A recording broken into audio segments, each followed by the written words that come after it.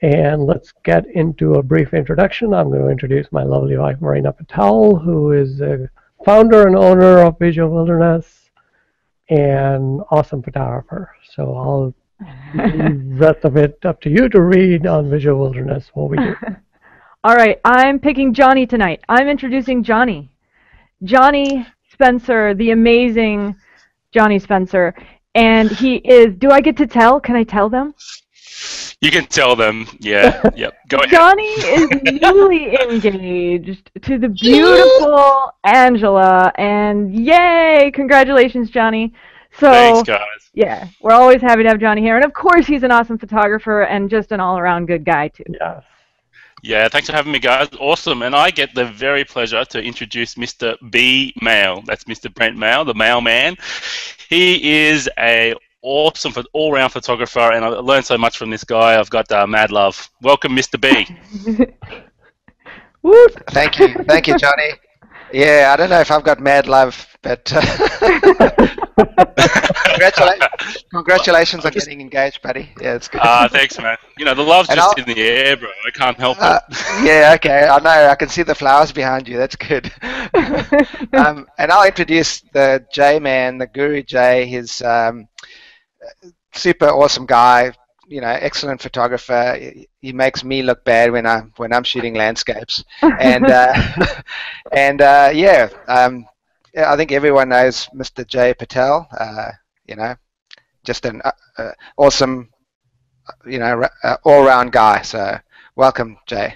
All right, awesome. Let's get into the critique. So golden hours. So I think that we are going to jump into the critique, and we're going to do a critique a little bit differently. I've broken up the images. I've selected a bunch of images, about like 14 or 15 more than usual, but I've categorized them because shooting golden hours requires a little bit of thinking, and I wanted to show you guys what the golden hour images will look like. So I will go ahead and start off, and then let Marina and everybody else jump in. Is that sound good?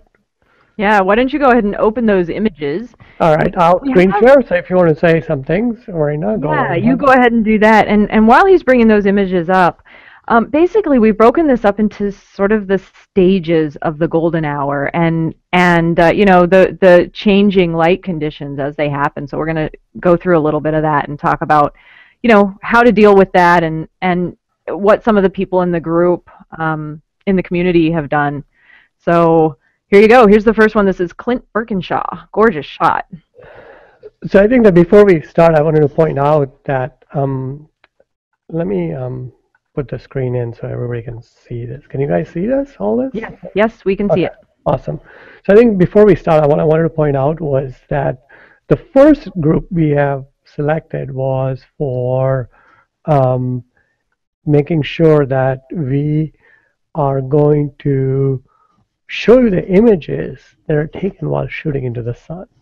All right, so when you see the group of images that are coming through, just remember that these are all shot looking directly into the sun. So, all right, Marina, sorry to interrupt. Go right No, ahead. you're not interrupting. It was supposed to be a smooth segue to you. So keep going. You're on a roll, man. Go. Right. So I think that one of the thing that you will notice about the images is that Clint is a master at this. This is an awesome shot. And look at the details that I'm going to show you. So right here, right where the sun is, it is overexposed. And then as you move away from the sun, the image gets darker and you can see more richer colors coming out. So what Clint did was he actually picked the exposure not for what the sun is at, where the sun is at, but he picked the exposure for the clouds and also for the foreground. So what happened was you have the lightest area of the image where you know that the sun is right there, and then you have the rest of the image which is slightly darker, and it gets darker as you move away from the sun. And the image which is completely backlit, which is this tree, has almost no detail in it. So what this is called is, what we define this is as natural light gradient. So if you want your images looking into the sun to look natural, make sure you preserve that natural light gradient. And we will see what happens a little bit later on when the light gradient is not preserved. Before you go on, Jay, I actually want to point out that in a case like this where you're shooting into the sun, it's okay to let an area of the image blow out. A lot of people think that every single part of the image has to be within the dynamic range that the camera can capture, and a lot of cases that's true. But if you're shooting into the sun and you actually do fill in that area around the sun with details, right? It's going to look really weird. You're going to get sort of a weird yellow color or weird gray color. Don't try and bring that back. It's actually okay to have a blown area around the sun. I can't see details in the sun if I'm looking at it with, the naked eye. If you put details there, it's going to look really weird. It's not going to feel natural. So this is a situation where it's okay to let those highlights go. Okay. So here's another example by Steve, and let me see. Oh wait, Jay, do you want to let the guys jump in? I just got one little comment. I actually know Clint, guys, so this is a bit of inside information, but I know he's been using a post-processing technique he calls light bleeding, and I think it's about painting color as well as softening areas to give that effect of light, exactly what Jay said, that natural gradient of light. So he's been using that a lot, and it's just such a magical finish and just gives an image especially shooting into the sun, it's just gorgeous. So I think that's a technique he may have used on that image there too. We've got to get him on the show to show that technique. I want to learn it. It's awesome. But it isn't more than a technique. I mean, this gradient is natural. I'll show you, if you look at some of my images, you'll actually see the gradient too. I don't really have to do anything.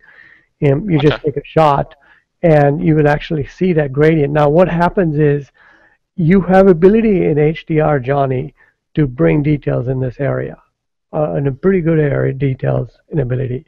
If you do try to bring it, it's going to end up looking unnatural. Yeah, exactly. Yeah, and it's a beautiful image. So here's another image. Unfortunately, I don't have a larger version of this, so we'll have to do. But you can also see that the light gradient is preserved in here. Here's the lightest part of the image, which is maybe not directly looking into the sun, but it is certainly lit up by the sun. And then the image gets darker, and you can see the sky gradually getting darker.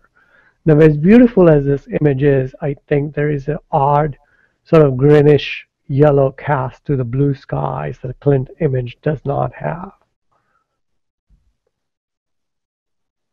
Any other comments? Yeah, I mean, the one thing I see I can see that color cast you're talking about, Jay, but I think I would have liked to see a bit more room, maybe above the reflection and the top. Yeah, just in the crop. But yeah, other than that, what a gorgeous location. Mm-hmm. Totally, and I love the way Steve has actually broken all the rules here and got the horizon right in the middle. Yep. And, my eye comes in from the top right and then goes down to the lighter part of this image. And the reflection's awesome. Love it. But I would agree with Johnny there. I'd prefer to see a little bit more space above and below that peak. Right here, right? Yep.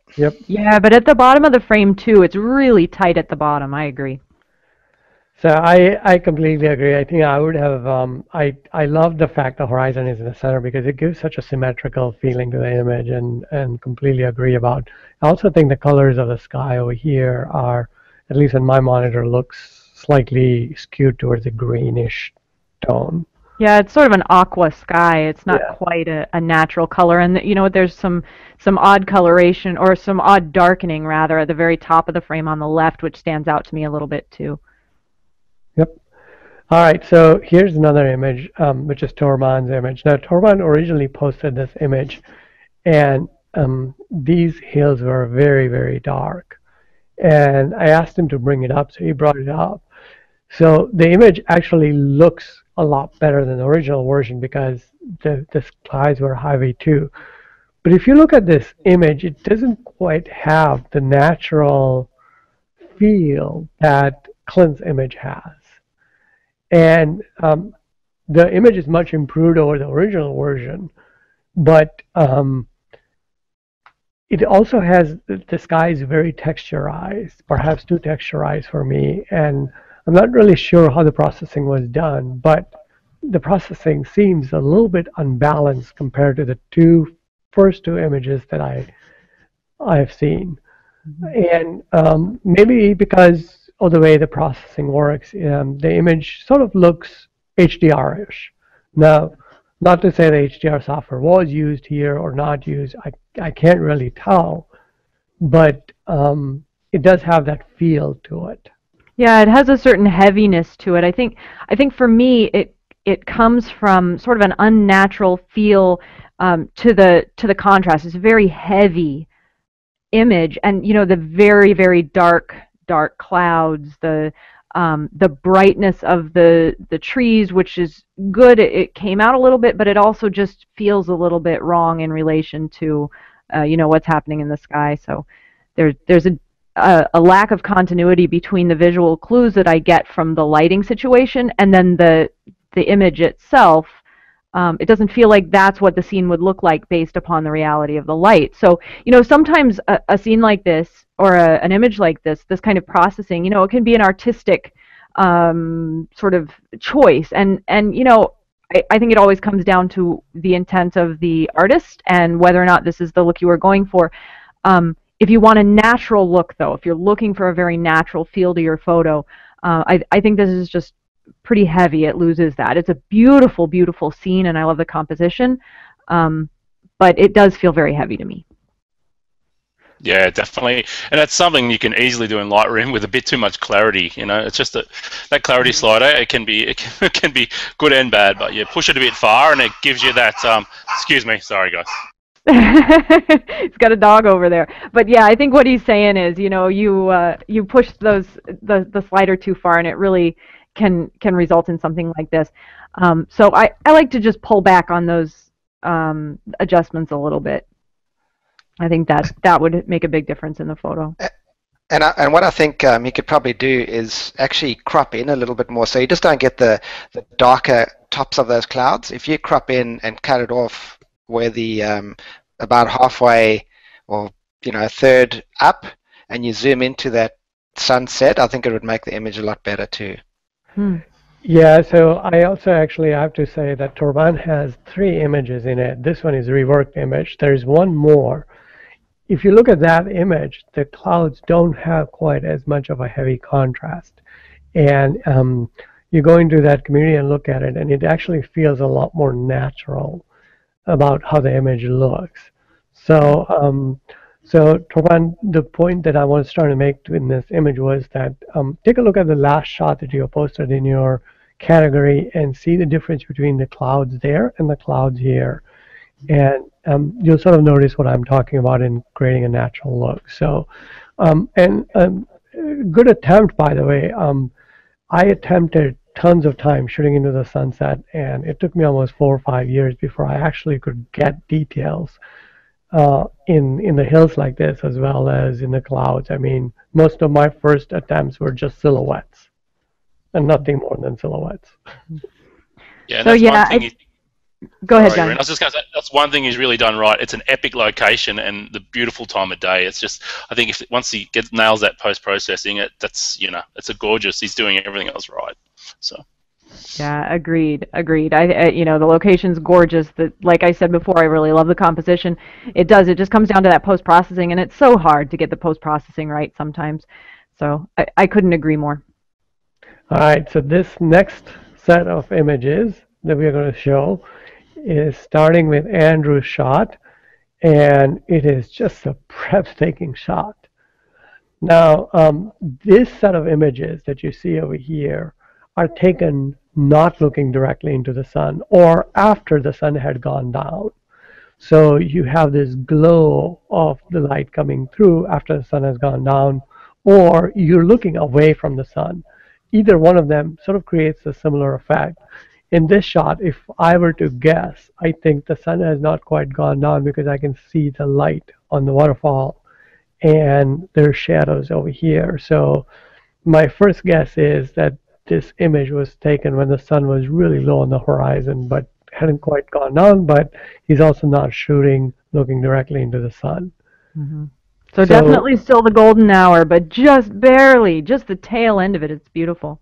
Yes, and what I am looking for and wanted to point out to you is the balance of this image. It's just Mhm. stunning. The dark areas are just absolutely perfectly dark, and the light areas over here are perfectly light. If my only critique would be this band of yellow seems to be too yellow for me, but that can be reduced a little bit in Photoshop, or perhaps it was there and I wasn't there, so I can't really tell. But it just seems a little bit odd. Other than that, the photo is just stunning. Mhm. Yeah, I love the light on the palm fronds on the left. You know, this just Yes. the shadow to highlight difference is really beautiful, and it's the tonal range that makes the photo, in my opinion. Now, don't get me wrong, the composition is incredible. The colors are gorgeous. The flowers in the foreground. You know, I mean, there's a lot going on here, but I really love the range of light. I think you could take this exact scene and do it, you know, in harsher light, and it would not have the same strength to it. I mean, this is just a beautiful image captured at exactly the right time of day, and you know what, from the right spot too. So Yep. We got to visit at McRae Falls next time we're in California. yeah, yeah. Yeah. So let me show you what happens to the image. Now this image, oh, Johnny and Brent, I wanted to see if you guys have a comment on it, or should I just move on? No, it's a beautiful image. One thing I would mention, Andrew, is about your watermark. I do, from a personal point of view, I do find it a little large, but that's just my personal point of view. You know, that's. Okay. Yeah, Good. it's always Yeah. one of those Congratulations. things, you know. It's a little distracting, but it does do its job. Yeah, there's no doubt about that. So I even play with the opacity or something a bit, mate. Maybe that's. Yeah. Yeah. Anyway, No, personal this opinion. image, yeah, so it's agreed. It's a personal choice, and not everybody agree on that. But I this must say, yeah, image, when that image came up, that's the first thing that I noticed was the watermark. watermark. My Mhm. eye went straight down to the left. Yeah, yeah. It grabs you. So what this image reminds me of, and Brent, you should appreciate this, is a marketing campaign. Like, you see, you notice his name first time around. Yeah, that's great. Totally, and you definitely impressed me with the marketing skills there. All right. So one of the things that has things going for this image is an absolutely stunning and very strongly defined foreground. Now, when you're shooting away from the sun and you don't have a strong foreground, or if you're shooting after the sun had gone down and you don't have a strong foreground, this is what you end up getting. Great colors in the sky. Awesome shot by Jenny. And beautiful exposure in the sky. Yep, Just perfect gorgeous. color balance too. Mhm. Yeah, but that foreground just doesn't have any impact. It's a very uninteresting foreground, just just a line down there, and it doesn't have the appeal that some of these other foregrounds have. And so, one of the things we talk about when we work with people who are wanting a silhouette is, we say, look for something in the landscape that can kind of go up over the horizon, give you a stronger foreground element, somewhere to rest your eyes, somewhere to ground you a little bit. The line of the mountains isn't unappealing, don't get me wrong, and the fact that it's very low in the frame and only taking up a small amount, we don't have a lot of dead space in the image, which is definitely a good thing. But the foreground could be stronger in this shot. Yeah, and when I was started shooting, I mean, I would put myself and use like a silhouette of a form of a person or somebody, some interesting shape as a foreground, and it's quick and easy and works. Yeah. Actually, yes, Jay, I remember you actually doing that here in Australia when we were shooting a sunrise at 1 mile, and you put your camera on a tripod and then you walked in front of it and had yourself as the point of interest. Now this image too that Jenny took, great image, but I must agree with Farina. I don't know where my eye's kind of going around and around and around, and it's not settling anywhere except for her watermark. So yeah, I agree. There needs to be some definite point of interest in that image. Mm-hmm. All right, move on. Yep.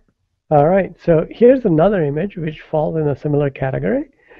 A little more foreground foreground than Jenny's image, but Gary's image has, again, stunning sky. I mean, the textures and colors in the sky are awesome.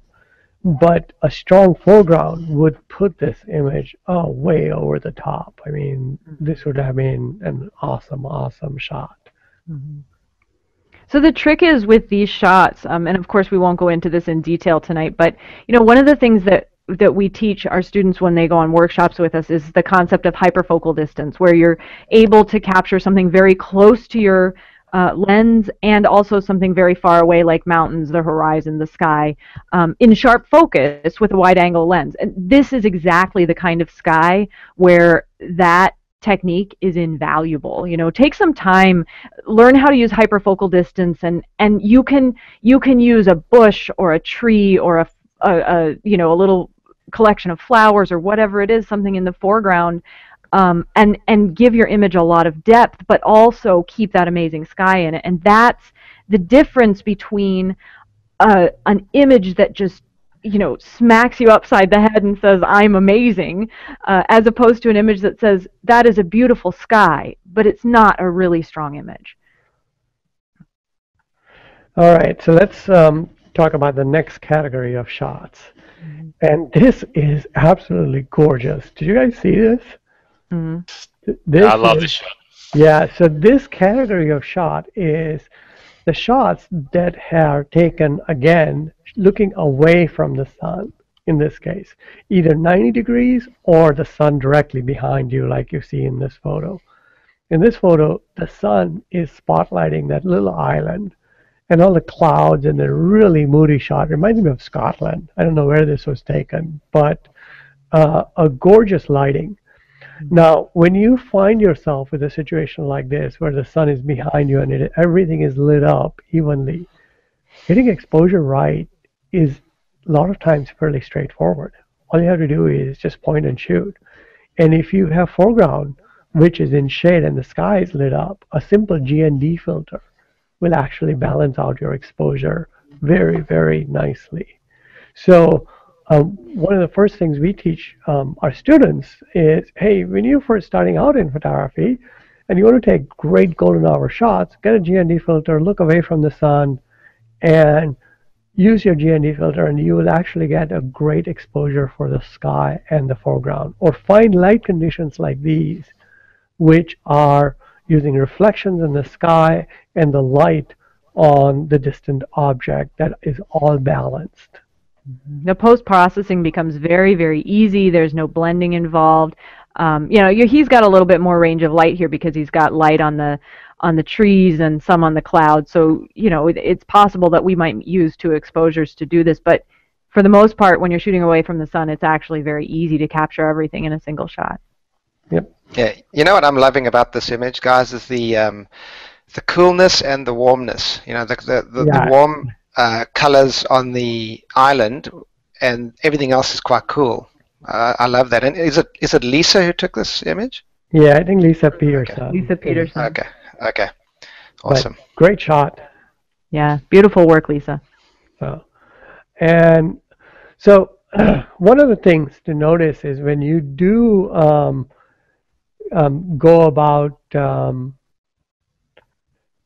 go about shooting images like this, and let me go to the next image so I can show you, is you have to notice or maintain a balance between the bright areas and the dark areas. Now, if you look at the Lisa shot over here, the balance between the absolutely lit areas and also a stunning balance, and the balance between the dark areas is very well maintained. Things that are supposed to be light, for example, the clouds up here, they're light. Things that are supposed to be dark, they're dark. Similarly, Tom over here is able to maintain that balance pretty nicely in this image. Deep in the canyon is very dark, and he has just barely enough details in it. I would have increased the contrast slightly and brought out slightly a little bit more brightness. But overall, the tonal balance of this image is very good. However, one thing that I did notice about this image that I don't know if you guys agree or not agree is this area up here looks awfully red to me, or at least it did on my monitor. Doesn't look too bad on LCD, but Mhm. at least on my monitor it looked kind of red. And there's a little blob over here which indicates that perhaps a polarizer was used with a wide-angle lens. That's the technical term. It's called a blob. The blob. Yeah, that comes from the circular polarizer on a wide-angle lens. It polarizes differently depending upon the angle to the sun. It polarizes best at about 90 degrees to the sun, and so the fall off of the polarization is what you're seeing there. So that's something just to be aware of when you're using a circular polarizer. Sometimes we don't use a circular polarizer. Well, most of the time we don't use a circular polarizer when we're using a wide angle lens because of that very problem. But it's also something you can clean up pretty easily in Photoshop. Just something to be aware of. So, All right. Yeah, go ahead, Jay. Move on, or any other comments? Johnny and Brent, you good? Yeah, they're shaking their heads. Nope. All right. So when that tonal balance is not maintained, this is what happens to the image. This is an image that Jesse submitted, and first time when I looked at the image, I said, "Man, this looks like the top of the tree is really dark, probably because maybe a GND filter was used." But then I looked over here, and I noticed there were shadows over here. Now, the sun is coming right through these branches. Beautiful composition, by the way, Jesse. Mm-hmm. And if you were to look at this area is in shade. That means that this area mostly should be in shade as well, and this area is directly lit up. But if you look at the tonal range between the two, they both look like they have the same tonality in it. So the image looks incredibly flat, except for the darkness of the trees on top. So I gave the feedback to Jesse in the forum saying, "Hey, this is what happens," and she went ahead and corrected it, and she did an awesome job. Isn't that great? So Wow. and Yeah, she's just look at the difference. a little softness to it, which is even better. I mean, I would say try to hang this on somebody's wall and see what they have to say. Yeah. Yeah, guys, that's a perfect example of getting a critique on your work by the community, and what an awesome result! Congratulations, Jesse. Yeah. Yeah. So And sorry, Jay. What I'm also liking what Jessie did was looks like she got down quite low also with that fence, so that it's coming in from above the middle of the image and then taking your eye into the actual sunset or sunrise, and yeah, loving it. Yeah, I agree completely. I love that. It's a beautiful leading line and the light and and the little flare on the tree. I think it's really nice image and the processing. Jesse, we're all impressed. Nice job. yes, I have to say that going from here to here made a world of a difference. If you can process your images like this, get a couple of these things captured, they would look stunning. Mm-hmm. So, so nicely done. Well done for the processing part of it. So, again, great composition. But one thing I do want to point out is that one of the reasons why this image looks natural, grabs your attention, is if you look at the shadows, they're well defined as opposed to the image before, where there was almost no shadows. Mm-hmm. And those shadows are well defined. There's a difference between tonality that side that was lit and the side that was not lit. The top of the tree has more details in it. So overall, great processing job. However you did it, HDR, non-HDR, whatever you did was just a stunning image or a stunning post-processing job. Yeah, and a beautiful image too. Yep. All right. So next. This one, I'll let Verena start on this one. I love this shot. I think it's it's so subtle. It's such a quiet shot, but it's dynamic at the same time, And Kelly was saying that she was sort of feeling frustrated with the assignments and not really feeling like she was nailing them, and and I saw this image and I thought, well, I don't know, I think you pretty much nailed this one. It's very different. It's so different from what other people were posting.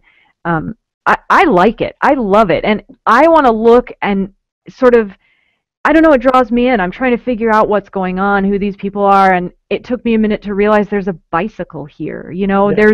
there's it's just it's neat. I love what you've done here, Kelly. And I know Jay wanted to add to that too. Yeah, so I want to say that looking at all the images above this and all other images that are submitted for golden hours, these are typical landscape shots. Stunning, some of them need work, but they're typical. What this image brings is a different way of looking at it. Remember, golden hour doesn't always have to result in a strong sunset. Sometimes clouds move in, sometimes there are no clouds, sometimes there is no light. Does it mean that there is nothing to shoot? No, there's always something to shoot. And what this image shows you is a different way of looking at an assignment. I read all your comments, and everybody was saying things to you, and you were kind of frustrated with yourself about not getting images that look like these. Yeah. But that's not always the objective. If your vision shows you something different, then don't just drop it and say it's wrong. It is not wrong. It is stunning. This is taken on a Cannon beach, a very abstract shot, and a very impressionistic shot. And you know what? I really love the very soft glow on the sand. Just, because the sand is so flat and hard, and, people can ride bikes on it and run on it. We've been there, and, it is a neat beach for that. But you get this smooth sheen of the water on the beach, and that's sort of part of what you've brought out here. So I like that a lot. So I also wanted to point out to you that, look, I have the exact same beach in this shot and the image, which is almost exactly similar to yours, except a bicycle. My son was playing on the beach at that point in time. And this was taken on a golden hour. This was taken right around sundown. And essentially, the image produced about the same result as yours. And over the years, it has been one of my favorite images. Now, you probably think that, oh, I just put this in to make you feel good. I didn't put this in to make you feel good. I have another image from the same beach under similar conditions. And there's a story behind this image. So both my kids were out on the beach going for a walk before we headed off to Portland. And it was early in the morning, and I didn't have a tripod. I was walking with them. We were just out there to walk. And there must have been 8,000 people on the beach that morning.